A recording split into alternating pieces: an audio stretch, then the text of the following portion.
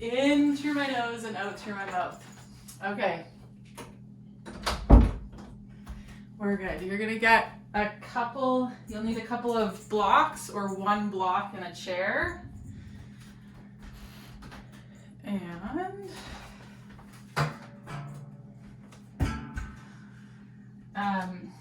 but we don't need the chair right this second. And you might need a folded towel. We'll just see. So come onto your back, have your blocks handy. Okay.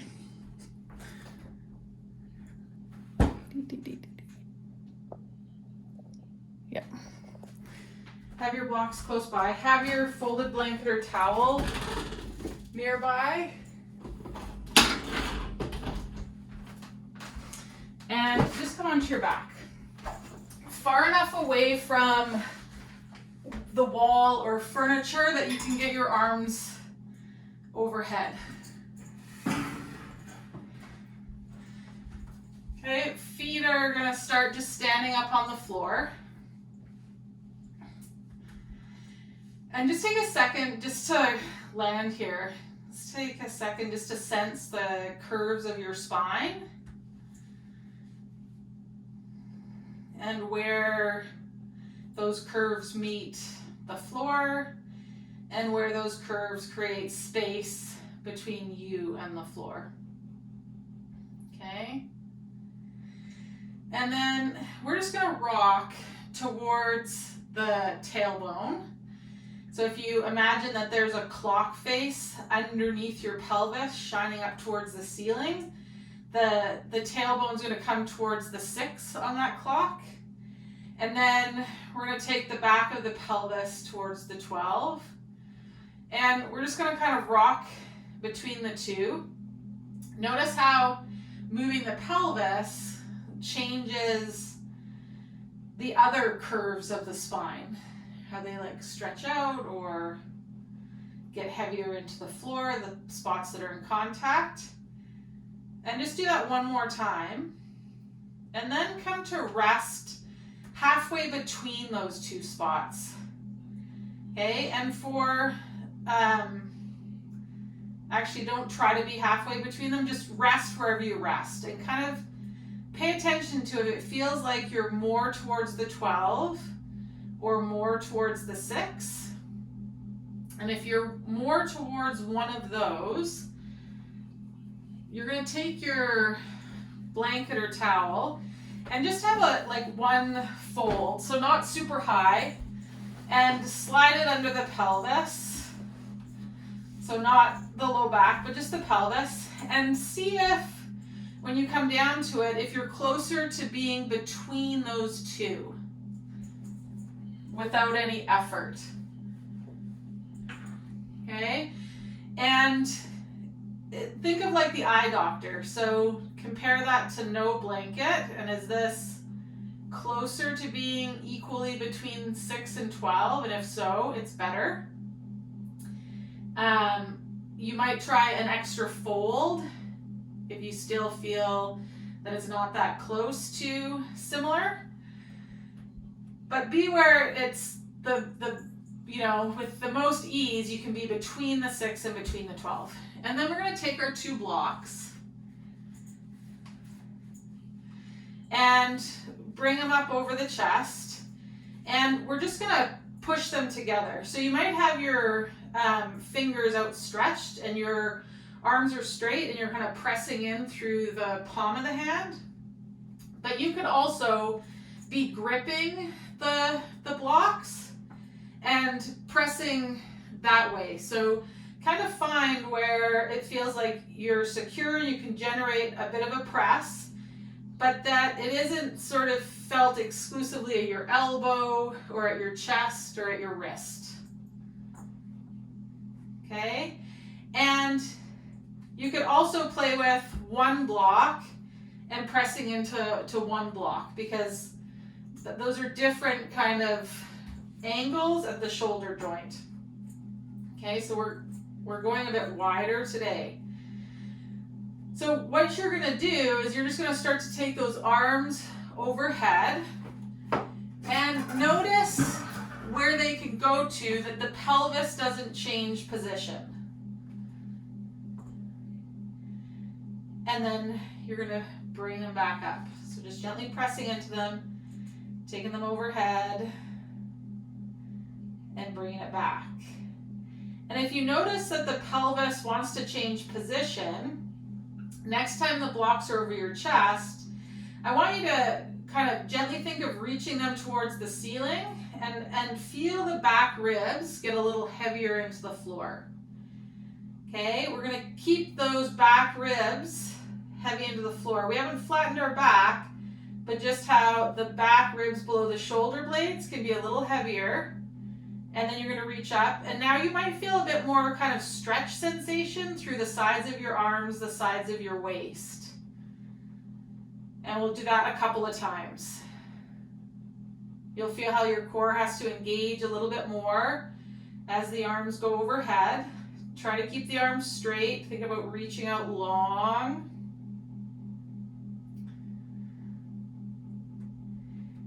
And again, you could explore going down to one block. Okay, the next time the blocks are over the chest, what we're gonna do is, as we bring the blocks this way towards the chest, once they've been overhead, we're gonna take one knee and bring it in. Then that leg's gonna reach out, and the arms go overhead. Ribs stay heavy, pelvis stays quiet. Eek. Blocks stay pressing into one another.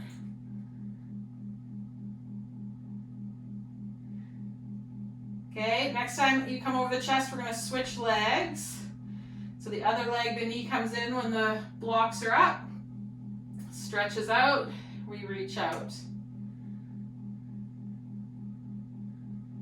If you want a little more stability challenge, instead of keeping one foot on the floor, you could have both legs up. Okay, so knee comes towards the block and then it reaches out. So that's going to be a bit more. And whether you keep the foot on the floor or take the foot off the floor, we're alternating now. One more. Okay, and then we're going to set the feet down, set the blocks down. Just take a rest here, breathe. Okay, so all of those are options. I'm going to go to a single block from 2 blocks. You can stay with 2. Where we're going to go is where we just left off with a minor change. So you could keep one foot on the ground or you could have them both up. So knee comes in, it reaches out. The next time it comes in, I'm going to reach the other leg out and reach up. So I'm coming into compression and rotation. And then I'm going to come down and reach that leg long. Then I'm going to come up, reach across. So I'm just staying on the one side. I'm going to reach long. So I'm challenging the stability of that core with compressive load here. And then extending out long. One more on this side.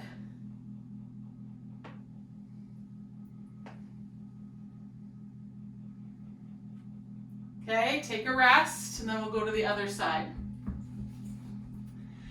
So make sure when the knee and the upper body come up and we reach towards the outside of that foot, that we lift the head and press both hands into the block. Okay, so one foot can stay on the ground or both legs can be up. We're going to reach and then come down and then reach out. Up. Reach towards the outside of that foot, come down, reach long.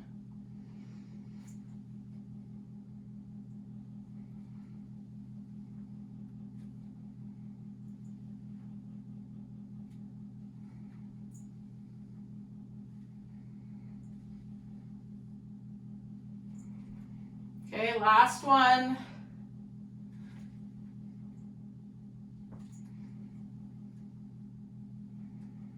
Good, you're gonna set the blocks down.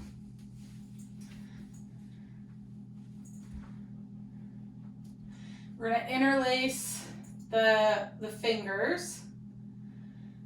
Okay, and all we're gonna do is keep the feet and the pelvis here, and we're just gonna rotate one shoulder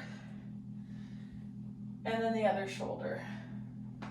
So just rotating the shoulders and the spine relative to the pelvis. So windshield wipering the upper body.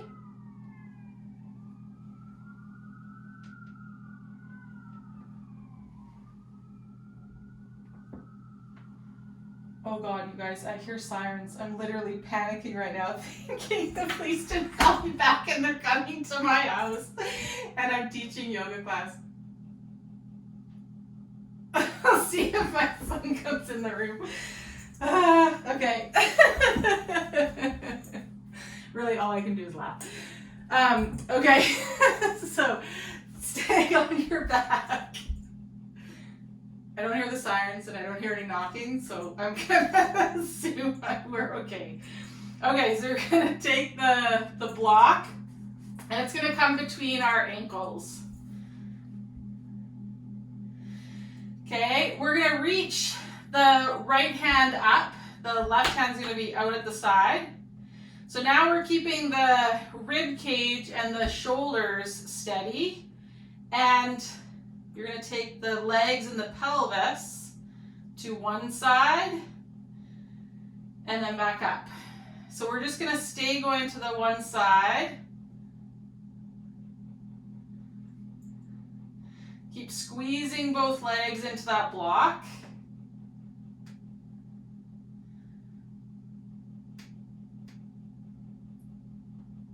Okay, if the long legs is feeling like a lot to kind of control through the pelvis, you can put the block between the knees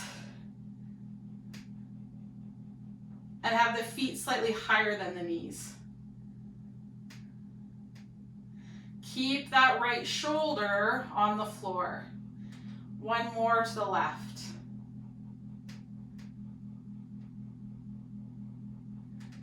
Okay, then we're going to reach the left fingertips up, keeping that left shoulder and the back ribs on the floor. And we're going to go to the right.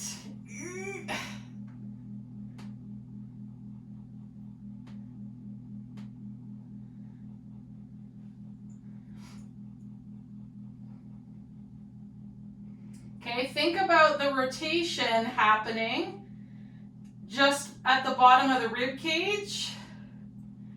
Notice if your spine wants to extend. So if it wants to arch forward or back rather than rotate, you might squeeze into the block to find more of this quality of rotation compared to flexion and extension. One more. Okay, I'm gonna bring the feet to the floor, set the block down, roll over onto your side, and we're gonna come on up to standing. So we're gonna stay with this twisting and connecting through the core and the core stability, just upright here. Okay, so you can either use a chair or you can use two blocks, okay? So let's step the left foot forward of the right. So we're in a little pyramid pose, okay? Now, depending on my leg suppleness, I might hinge forward and be able to get my hands to the blocks and keep my legs straight. If my hamstrings are screaming at me, or in order to get down, I have to flex my spine, I'm going to come down to I'm going to come up to a higher surface. Okay? So we want to keep the spine long and hinge at the hip, whether we come to a chair or whether we come to blocks. Okay, so wherever we are, I want you to think about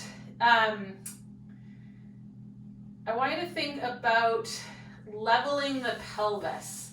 So that might be a sense of drawing the front heel back and pulling or kicking the back foot forward. So it's like you're scissoring the legs towards one another. And then your front foot, what we're going to focus on is you've got the whole foot on the floor. We're going to lift the heel, so that side of the pelvis lifts, and then we're going to bring the heel back to the ground. We're going to lift the heel and then lower it back down. You're going to lift the heel. So you'll feel the soleus, the hamstring engage a little bit more, and you'll feel that butt cheek kind of lift towards the ceiling a little bit.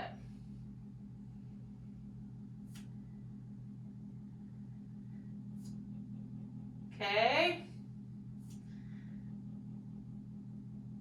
So now, even if you have 2 blocks, we're going to come up hands on the chair or higher surface. Or if you've only got 2 blocks, you'll bring both hands onto 1 block. And we're going to bring that front foot onto a block. Okay, so with that front foot on a block, again, we're going to lift the heel and lower the heel. Lift the heel and lower the heel. So the one butt cheek is getting a little higher than the other one. Again, think of that back leg trying to pull it forward. One more. Okay, and then step both feet back together. Hands are either on the block or on the chair. And we're going to walk the feet back a little further and push the hips back into a downward dog. Once we're in our downward dog, we're going to spin both heels to the right. Sliding. Okay, so spinning both heels to the right. Now I want you to bend your knees. The back heel will lift up, so you come down into a bit of a crouch. Straighten the legs, spin the legs, rock the hips back. One more time, spin the heels to the right, bend the legs, the back heel will lift, straighten the legs, spin the heels, press back. Okay, we're going to step the opposite foot forward. So our right foot's coming forward now. Hands on the blocks or on the chair. Okay, take a second and find where you have a sense of the back of that pelvis being level.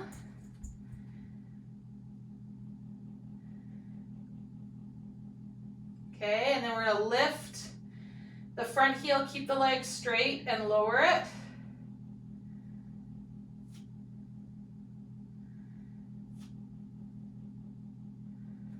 One more time.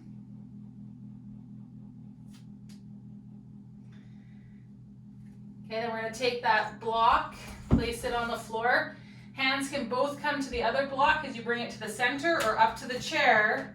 We're going to bring that front foot onto the block and again lift and lower the heel. Think of trying to draw the back leg forward so that this right hip lifts up and lowers as you lift and lower the heel. Okay, last one. Then you're going to step that leg back, step the legs both back, either hands on blocks or on the chair. We're going to press the hips back, downward dog, and then we're going to spin them to the left. Press the hips back, legs are straight. Then we're going to bend the knees, crouch, come up, spin the heels, downward dog. Lift the heels, spin them to the left, crouch, back up, spin the heels, press back, downward dog. Okay, we're going to find that pyramid stance again with the left foot forward. And this time we're going to take one of our blocks and it's coming onto our pelvis. So we've got to find that level pelvis, and then our pelvis is going to stay still. Okay, our hands are hanging underneath us, and we're going to reach the right hand to the floor, letting the rib cage go with it, and then we're going to reach the left. So now we're focusing on rotating that rib cage. We could interlace the fingers, okay? And again, think of reaching that right arm and taking it, swinging it over to the left. And then reaching, eek, and swinging over to the right. So just like we did on the floor, and we kept the pelvis quiet, we've now changed that relationship to gravity. You'll feel how that challenges the legs to keep that pelvis stable. Eek. Okay. Step both feet together. See if you can keep that block balancing. Stepping the other leg back. Square up the hips. Hang the hands. Okay, keep the head attached to the spine. And again, reach the left hand to the ground and then the right hand to the ground. Let the shoulder blade and the rib cage follow. Pelvis stays quiet. Let's interlace the fingers and play with taking both arms to the right, both to the left, challenging the legs and the stability of the hips a little bit more. Last one. Okay, take that block off the pelvis, set it down, come up to standing. Just notice how that feels. Okay, so I had a question after Tuesday's class, and it was the restorative revolved triangle pose. So this, if you found that was like really hard to rotate, or you felt a lot in the lateral hips, but today's class was all stuff to help improve those relationships so that position becomes less challenging, more available, okay?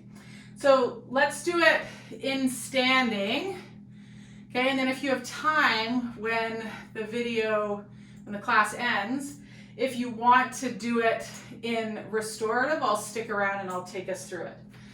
Okay, so in standing, either the chair or the blocks, we're going to step 1 foot forward, 1 foot back. Bring the hands either to the chair or the blocks, square up the pelvis. Okay, let's bring the right hand to the center of the chair.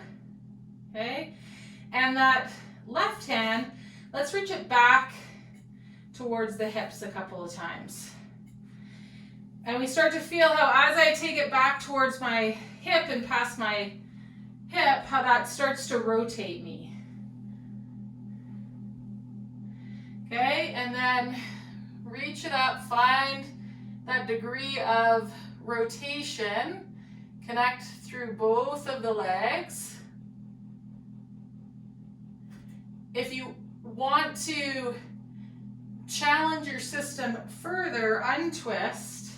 If you're using the chair, come down to the block or come down to your forearm. Okay, that's going to bring us into more hip flexion here. Again, reach that hand back, and then up into that revolved triangle.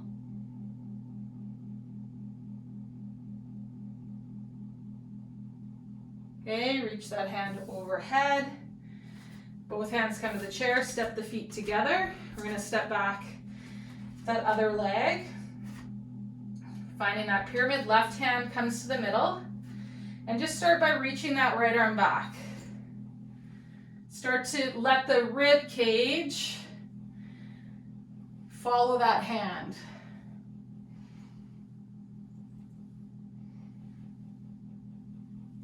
As it follows the hand, let the palm turn away from the body. Bring it all the way up, finding your revolved triangle elevated on this side. Okay, feel how that feels. You can reach that arm overhead. Either come down with your hand to the block or come down onto your forearm.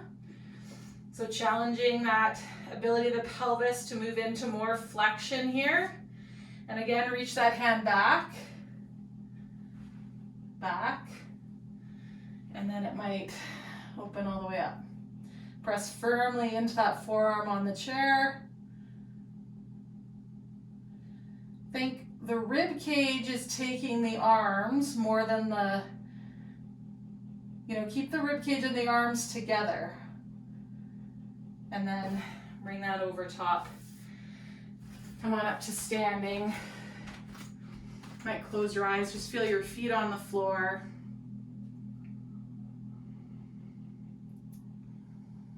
Feel the connection with the earth through your feet.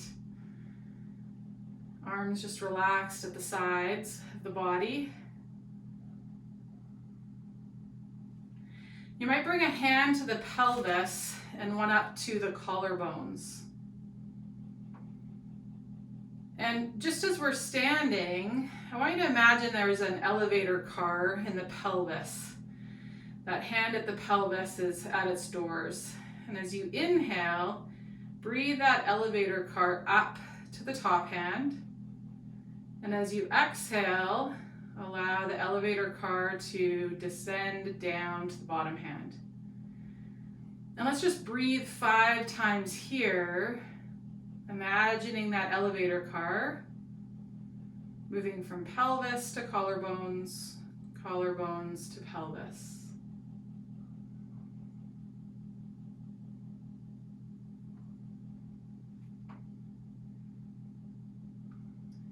Notice the feet, changes in how your weight's distributed as you just pay attention to the breath moving up and down the central axis of the body.